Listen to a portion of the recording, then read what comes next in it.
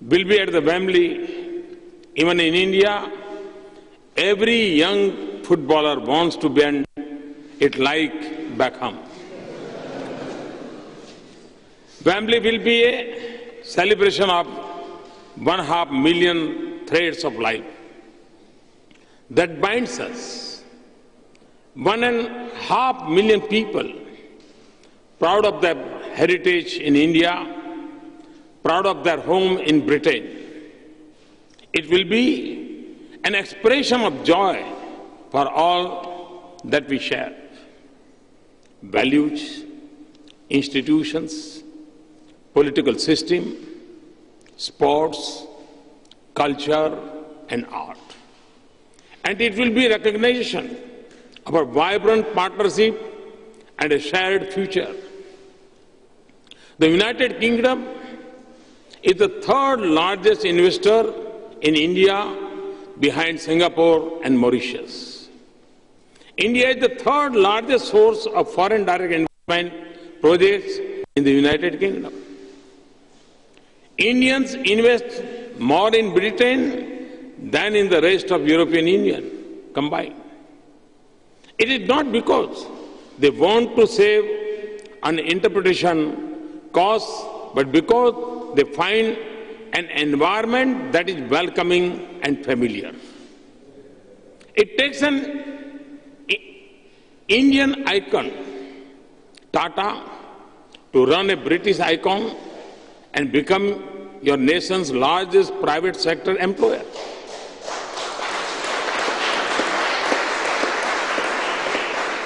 The UK remains a preferred destination for India's students. And I'm pleased that an Indian company is taking 1,000 British students to India to skill them in information technology. We are working together in the most advanced area of science and technology.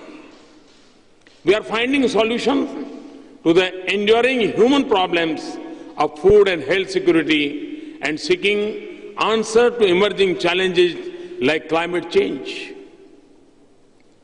Our security agencies work together so that our children return home safe and our increasingly networked lives are not prey to the threats on cyberspace.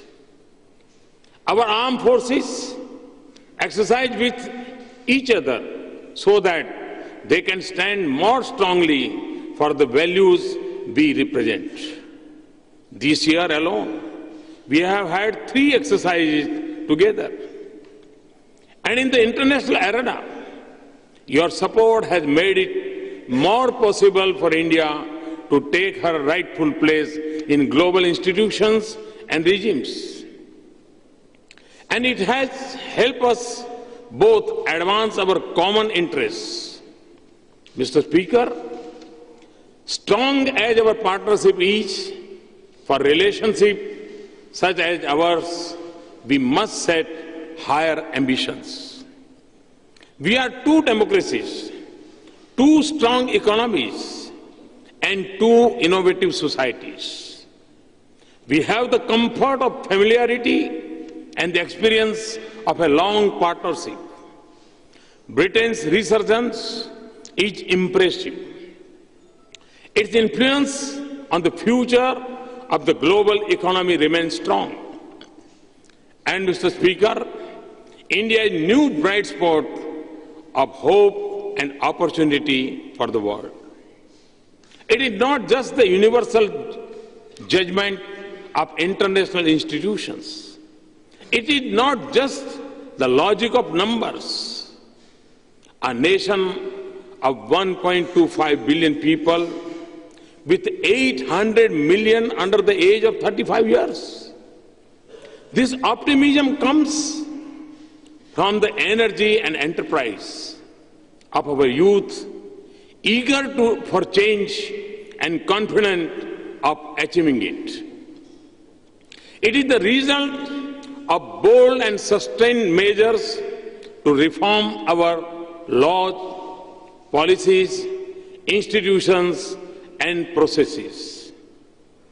We are igniting the engines of our manufacturing sector, making our farms more productive and more resilient, making our services more innovative and efficient, moving with urgency on building global skills for our youth, creating a revolution in startup enterprises, and building the next generation infrastructure that will have a light footprint on the earth. Our momentum comes not just from the growth we pursue, but from the transformation that we seek in the quality of life for every citizen. Much of India that we dream of still lies ahead of us. Housing, power, water and sanitation for all, bank accounts and insurance for every citizen, connected and prosperous villages, and smart and sustainable cities. These are goals with a definite date, not just a mirage of hope. And inspired by Gandhiji, the change has begun with us, the way the government works. There is transparency and accountability in governance. There is boldness and speed in decisions. Federalism is no longer the fault line of center-state relation, but the definition of a new partnership of Team India. Citizens now have the ease of trust, not the burden of proof and processes. Business find an environment that is open and easy to work in. In a nation connected by cell phones, Digital India is transforming the interface between government and people. So, Mr. Speaker, with apologies to poet T.S. Eliot, we will not let the shadow fall between the idea and reality. If you visit India, you will experience the wind of change. It is reflected in the surge of investments from around the world, enhanced stability of our economy. In 190 million new bank accounts of hope and inclusion, in the increase in our growth to nearly 7.5% per year, and in the sharp rise in our ranking on ease of doing business. And the motto of Sabka Saath, Sabka Vikas is our vision of a nation in which every citizen belongs, participates and prospers. It is not just a call for economic inclusion, it is also a celebration of our diversity, the creed for social harmony and a commitment to individual liberties and rights. This is the timeless ethos of our culture, this is the basis of our constitution, and this will be the foundation of our future. Mr. Speaker, members and friends, the progress of India is the destiny of 1/6 humanity, and it will also mean a world more confident of its prosperity and more secure about its future. It is also natural and inevitable that our economic relations will grow by leaps and bounds. We'll form unbeatable partnership if we combine our unique strength and the size and the scale of opportunities in India. We will see more investment and trade. We will open new doors in the service sector. We will collaborate more here and in India. In defense equipment and technology, we will work together on renewable and nuclear energy. We will explore the mysteries of science and harness the power of technology and innovation. We will realize the opportunities of the digital world. Our youth will learn more from and with each other. But a relationship as rich as this, with so much promise as ours, cannot be measured only in terms of our mutual prosperity. Mr. Speaker, ours is an age of multiple transition in the world. We are yet to fully comprehend the future unfolding before us. As in the previous ages, it will be different from the world we know. So in the uncharted waters of our uncertain times, we must together help steer a steady course of this world in the direction that mirrors the ideals we share. For in that lies not just the success of our two nations, but also the promise of the world that we desire. We have the strength of our partnership and the membership of the United Nations, the Commonwealth, and the G20. We live in a world where instability in a distant region quickly reaches our doorsteps. We see this in the challenges of radicalization and refugees. The fault lines are shifting from the boundaries of nations into the web of our societies and the streets of our cities. And terrorism and extremism are a global force that are larger than their changing names, groups, territories, and targets. The world must speak in one voice and act in unison to combat this challenge of our times. We must adopt a comprehensive Convention on International Terrorism in the United Nations without delay. There should be no distinction between terrorist groups or discrimination between nations.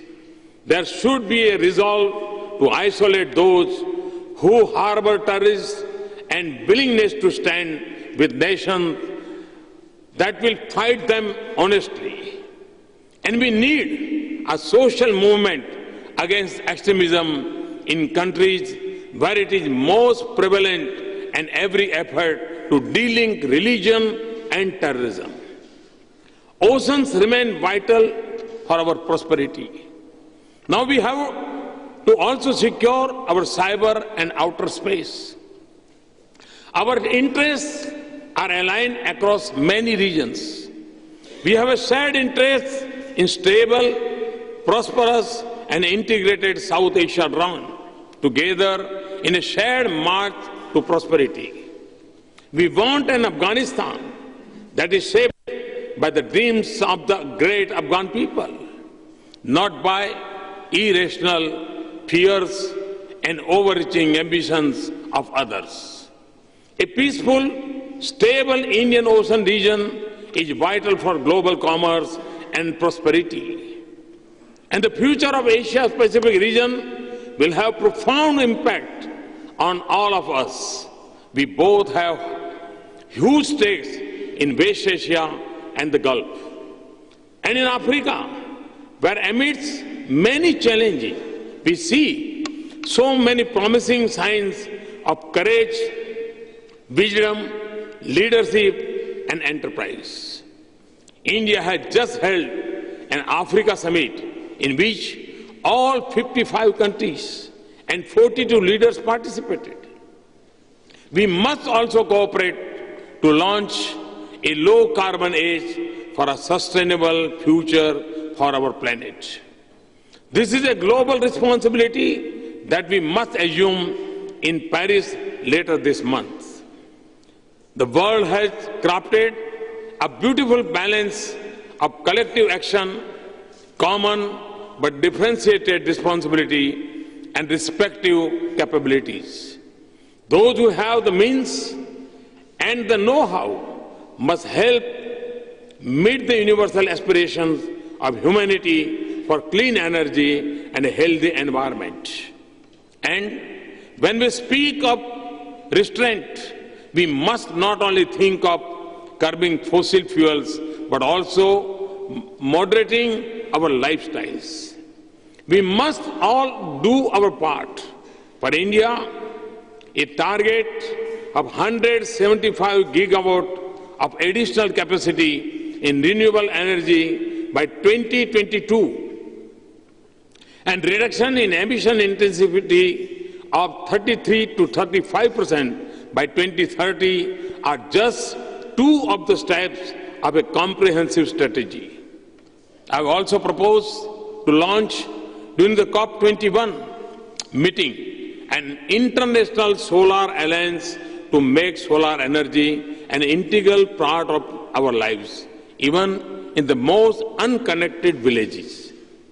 In Britain, we are more like to use an umbrella against rain than the sun. But my team defined the membership of the Solar Alliance in more precise terms. We have to be located within the tropics, and we are pleased that the United Kingdom qualifies. So we look forward to an innovative Britain as a valuable partner in this endeavour. Prime Minister Cameron and I are indeed very pleased that cooperation and affordable and accessible clean energy is an important pillar of our relations. Mr. Speaker, this is a huge moment for our two great nations. So we must seize our opportunities, remove the obstacles to cooperation, instill full confidence in our relations, and remain sensitive to each other's interests. In doing so, we will transform our strategic partnership and we will make this relationship count as one of the leading global partnerships. Ever so often, in the call of Britain's most famous bard, that we must seize the tide in the affairs of man, the world has sought the inspiration to act, and so must we. But in defining the purpose of our partnership, we must turn to a great son of India whose house in London I shall dedicate to the cause of social justice on Saturday. Dr. B.R. Ambedkar, whose 125th birth anniversary we are celebrating now, was not just an architect of India's constitution and our parliamentary democracy. He also stood for the upliftment of the weak, the oppressed, and the excluded. And he lifted us all to a higher cause in the service of humanity, to build a future of justice, equality, opportunity, and dignity for all humans, and peace among people. That is the cause to which India and the United Kingdom have dedicated themselves today. Thank you very much. Thanks a lot.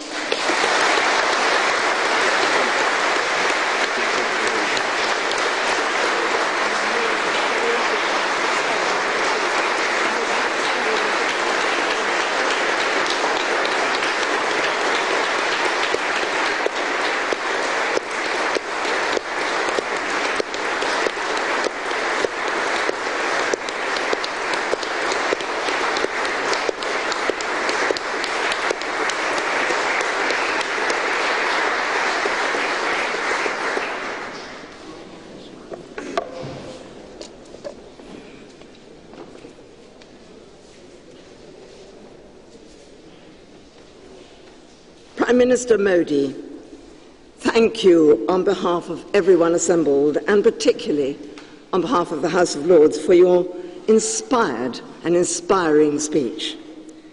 Your presence here today gives Parliament a valuable opportunity to celebrate the unique relationship between the UK and India. And how appropriate to do so here in the Royal Gallery, where 85 years ago today, King George V opened the first London Round Table Conference. British संसद को संबोधित किया प्रधानमंत्री नरेंद्र मोदी ने और तालियों की गड़गड़ाहट के साथ पहले उनका स्वागत हुआ और उनके स्पीच के बाद भी सभी सदस्यों ने खड़े होकर उनके लिए तालियां बजाई। अपने संबोधन के दौरान प्रधानमंत्री मोदी ने भारत और ब्रिटेन के बीच जो ऐतिहासिक संबंध है उनका बार बार जिक्र किया।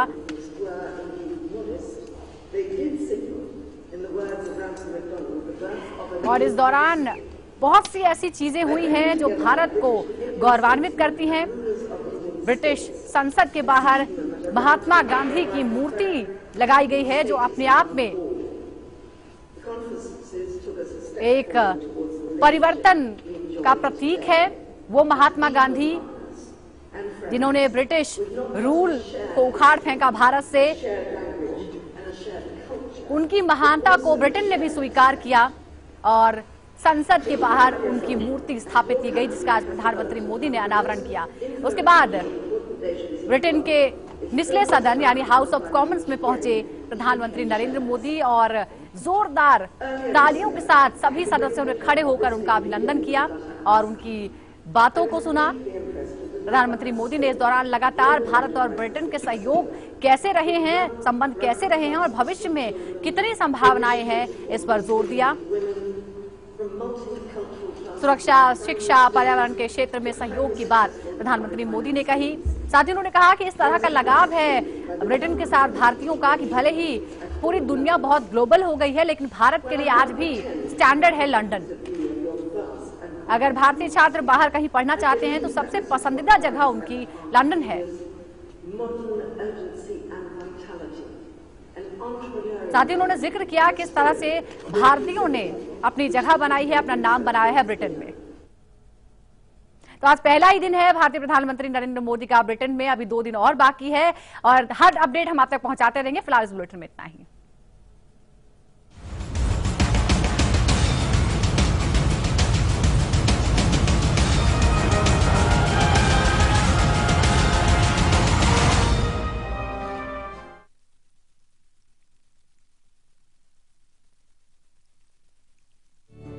अंकुर नमक, इसके कण कण में है शुद्धता और सही मात्रा में आयोडीन।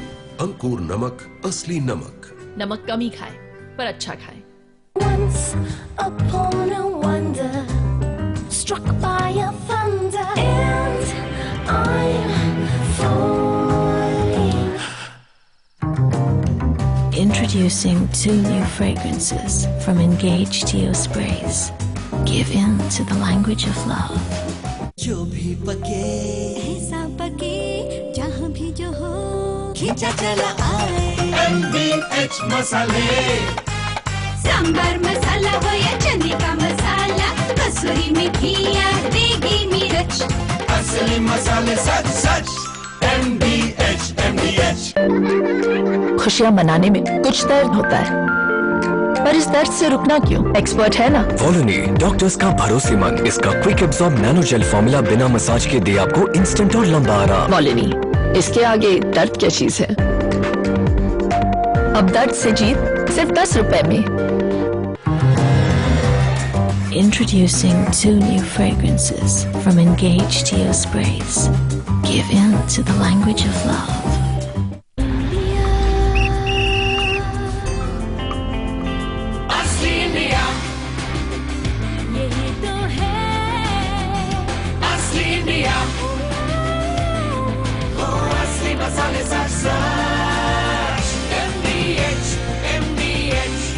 इंडिया। हमारे इंडियन वैल्यूज, क्या बात है। पैर लो। कोई हमें इंटरप्ट करे कोई प्रॉब्लम नहीं।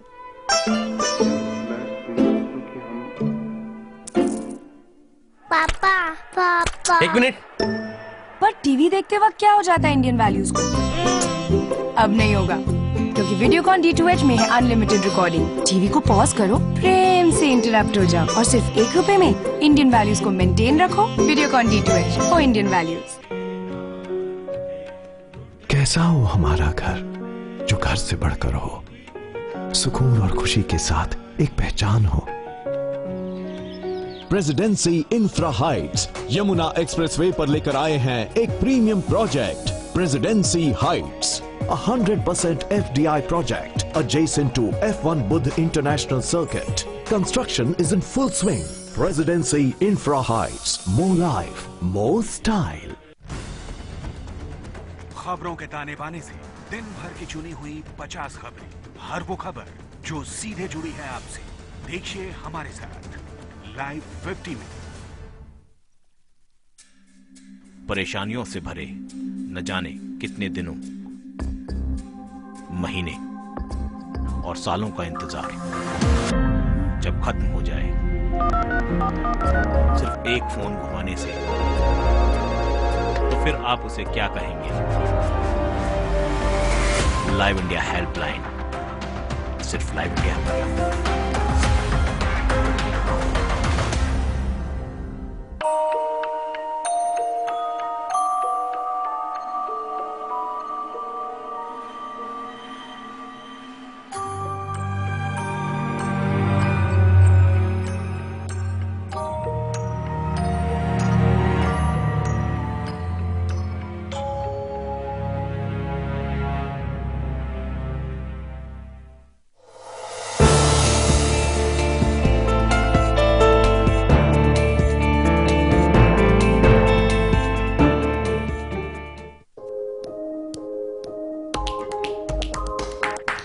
दिल्ली केवल एक शहर नहीं,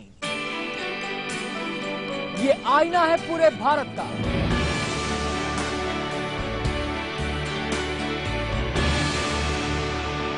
ये गेट है इंडिया का। यहां चप्पे चप्पे पर अक्स है हिंदुस्तान का। दिल्ली की खुशी, दिल्ली का गम, दिल्ली का हर रंग। मिलिए दिल्ली से मेरे साथ दिल्ली लाइव।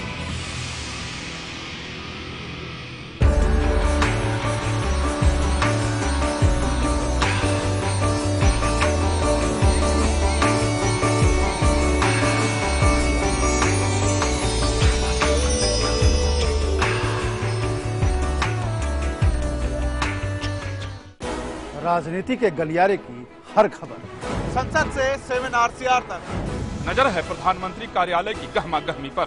दिखाएंगे बंद कमरों की फाइलों और फैसलों का सर, रखेंगे पैनी नजर, लाएंगे हर खबर आपके पास पूरे भरोसे के साथ। लाइव इंडिया, खबर हमारी, फैसला आपका।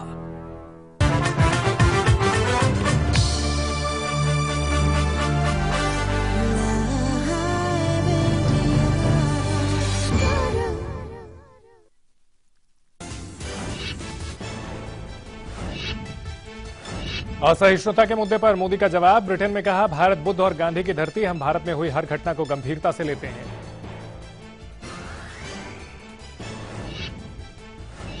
ब्रिटिश संसद में पीएम मोदी का जोरदार संबोधन। कैमरन बोले, सुरक्षा परिषद में भारत की स्थायी सदस्यता का करेंगे समर्थन।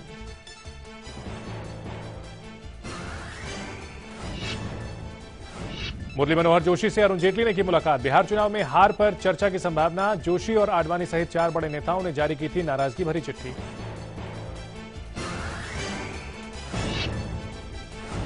क्रिकेट के मैदान में जेटली बनाम केजरीवाल। गंभीर की शिकायत पर केजरीवाल ने डीडीसीए में भ्रष्टाचार की जांच को बनाई कमेटी। 48 घंटे में तलब की रिपोर्ट।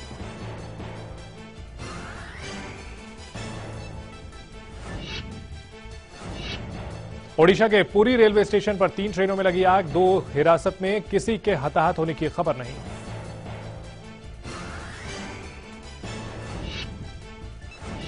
केकेआर के शेयर ट्रांसफर पर ईडी की शाहरुख से पूछताछ पर सियासत तेज। कांग्रेस बोली, असहिष्णुता पर बयान का बदला। खुदरा महंगाई दर बढ़कर हुई 5.25%। दाल और खाद्य पदार्थों के बढ़े दामों का असर। हालांकि औद्योगिक उत्पादन दर में 1% की बढ़ोतरी से सरकार को राहत।